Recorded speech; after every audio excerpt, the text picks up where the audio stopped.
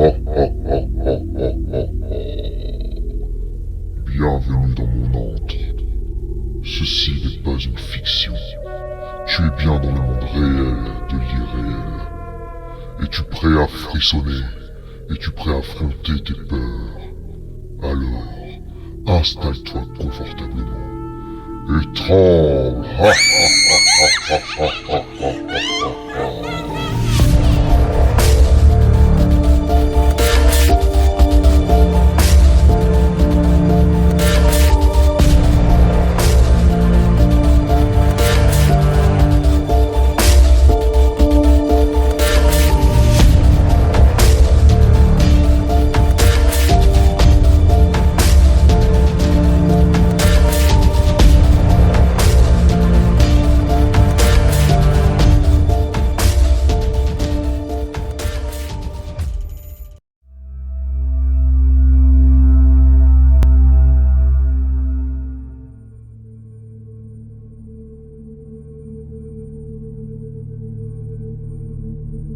Des loups-garous rôderaient dans les montagnes du Mercantour, attaquant les randonneurs imprudents.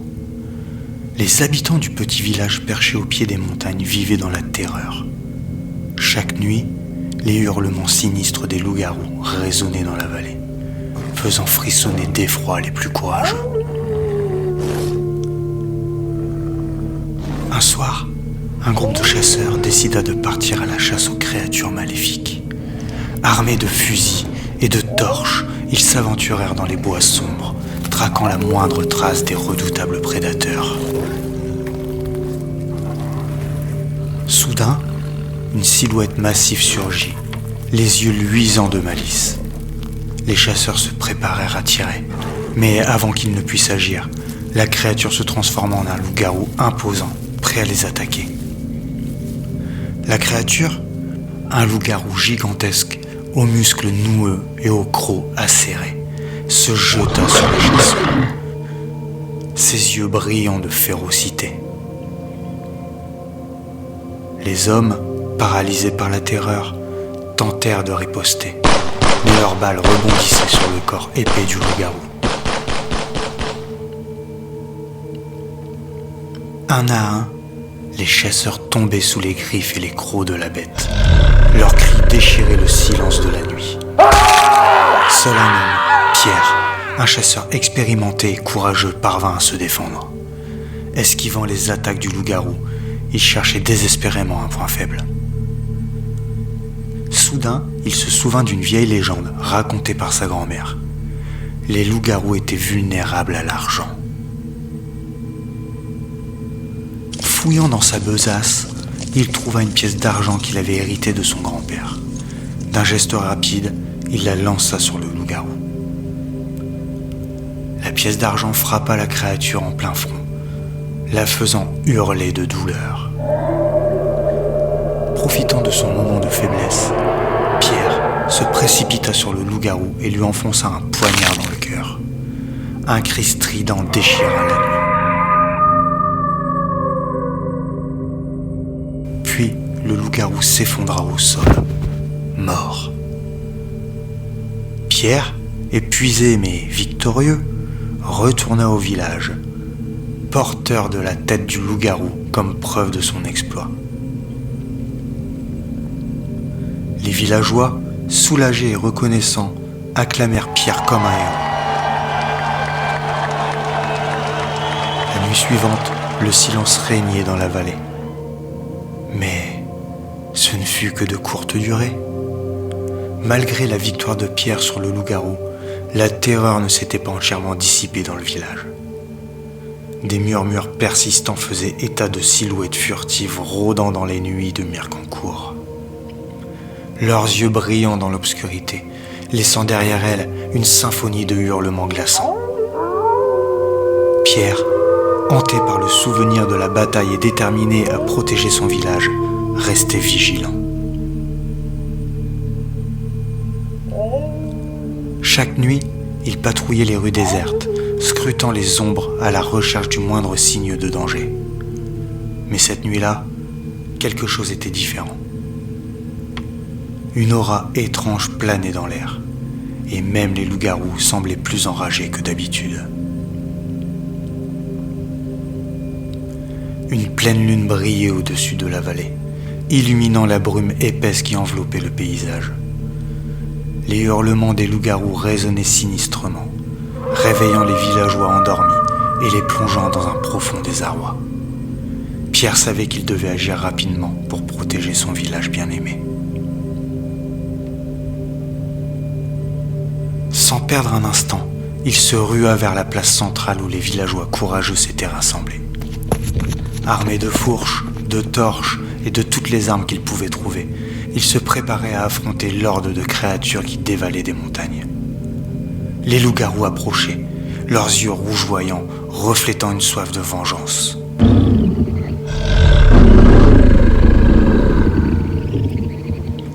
La horde de créatures, assoiffée de vengeance, au pied des montagnes, attaquait le village avec une férocité inouïe.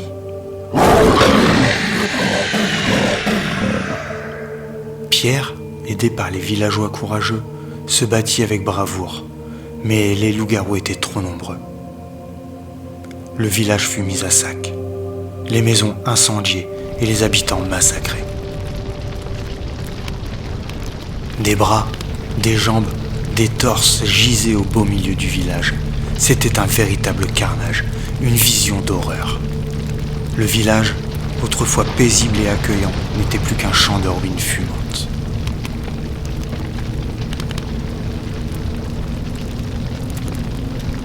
Les corps des villageois, sauvagement mutilés par les loups-garous, jonchaient le sol, maculant la terre d'une mare de sang. L'air était lourd de la puanteur de la mort. Le sol glissant de flaques cramoisies. Un rappel brutal de la terreur qui s'était abattue sur le village.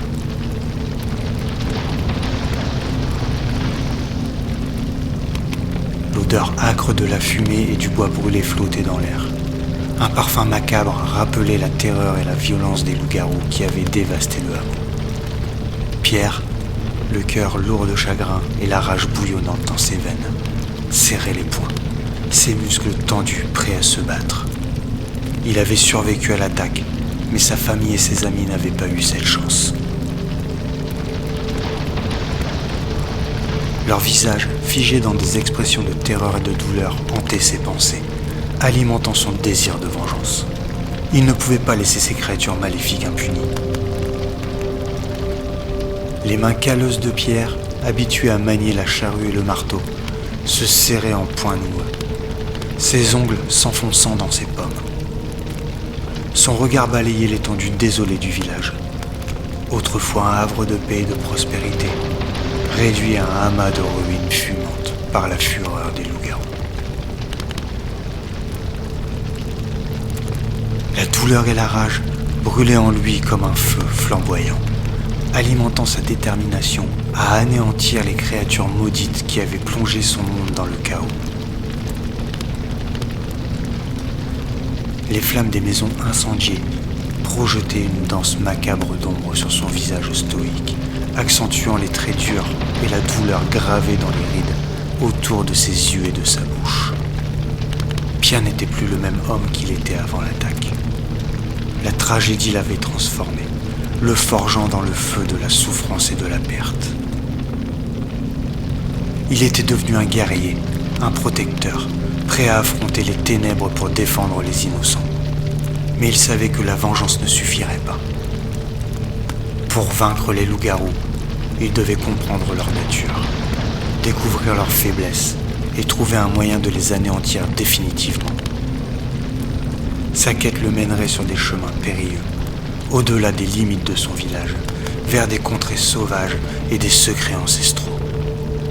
Il affronterait des épreuves qui testeraient son courage, sa force et sa volonté.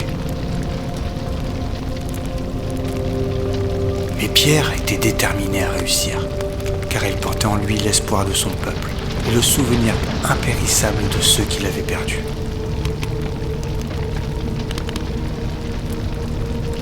Sa légende se répandrait à travers les vallées et les montagnes. Pierre quitta les ruines fumantes de son village. Il se dirigea vers les montagnes du Mercancourt, déterminé à trouver l'origine du mal qui avait frappé son peuple. le voyage fut long. Pierre traversa des forêts denses, des rivières tumultueuses et des cols montagneux enneigés. Après plusieurs jours de voyage, Pierre parvint à un village reculé, niché au pied des montagnes. Là, il rencontra un vieil homme solitaire, connu pour sa sagesse et sa connaissance des légendes locales. Le vieil homme raconta à Pierre l'histoire des loups-garous du Mercancour. Il lui expliqua qu'ils étaient autrefois des humains maudits par une sorcière maléfique. La seule façon de les vaincre était de trouver le grimoire de la sorcière et de détruire la malédiction.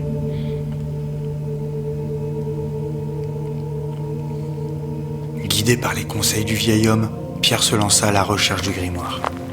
Il parcourut des grottes obscures, des ruines antiques et des forêts enchantées. Il affronta des créatures fantastiques et des obstacles magiques. Enfin, Pierre trouva le grimoire dans une grotte cachée au sommet d'une montagne. Il ouvrit le livre avec respect et horreur, découvrant les secrets de la malédiction des loups-garous. Pierre comprit que la seule façon de vaincre les loups-garous était de détruire le grimoire. Il prit une profonde inspiration et prononça des mots magiques qui réduisirent le livre en cendres.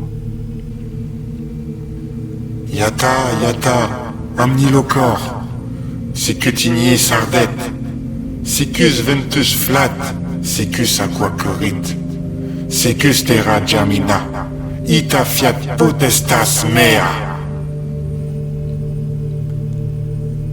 La victoire de Pierre sur les loups-garous fut de courte durée. Alors qu'il détruisait le grimoire, une énergie sombre jaillit de ses pages. La malédiction même qu'il avait levée du Mercancour le frappa désormais, le transformant en une créature de la nuit. Chaque pleine lune, lorsque la lumière argentée baignait la terre, Pierre subissait une métamorphose horrible.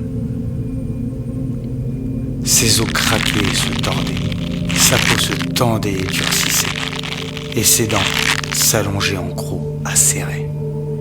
Ses yeux autrefois doux brillaient d'une lumière rouge inquiétante, et un grognement primitif s'échappait de ses lèvres. Sous cette forme monstrueuse, Pierre errait dans les forêts, ses sens exacerbés, ses instincts guidés par une faim insatiable de chair. Il s'attaquait aux animaux sauvages et aux voyageurs imprudents. Ses actions alimentées par une rage qu'il ne pouvait contrôler. La malédiction tourmentait Pierre, le piégeant dans un cycle de transformation et de remords. Le jour, il était le héros de son village, le valeureux tueur des loups-garous. Mais la nuit, il était le seul et l'unique, le monstre redouté et détesté par les personnes mêmes qu'il avait juré de protéger. Il était le loup-garou du Mercancour.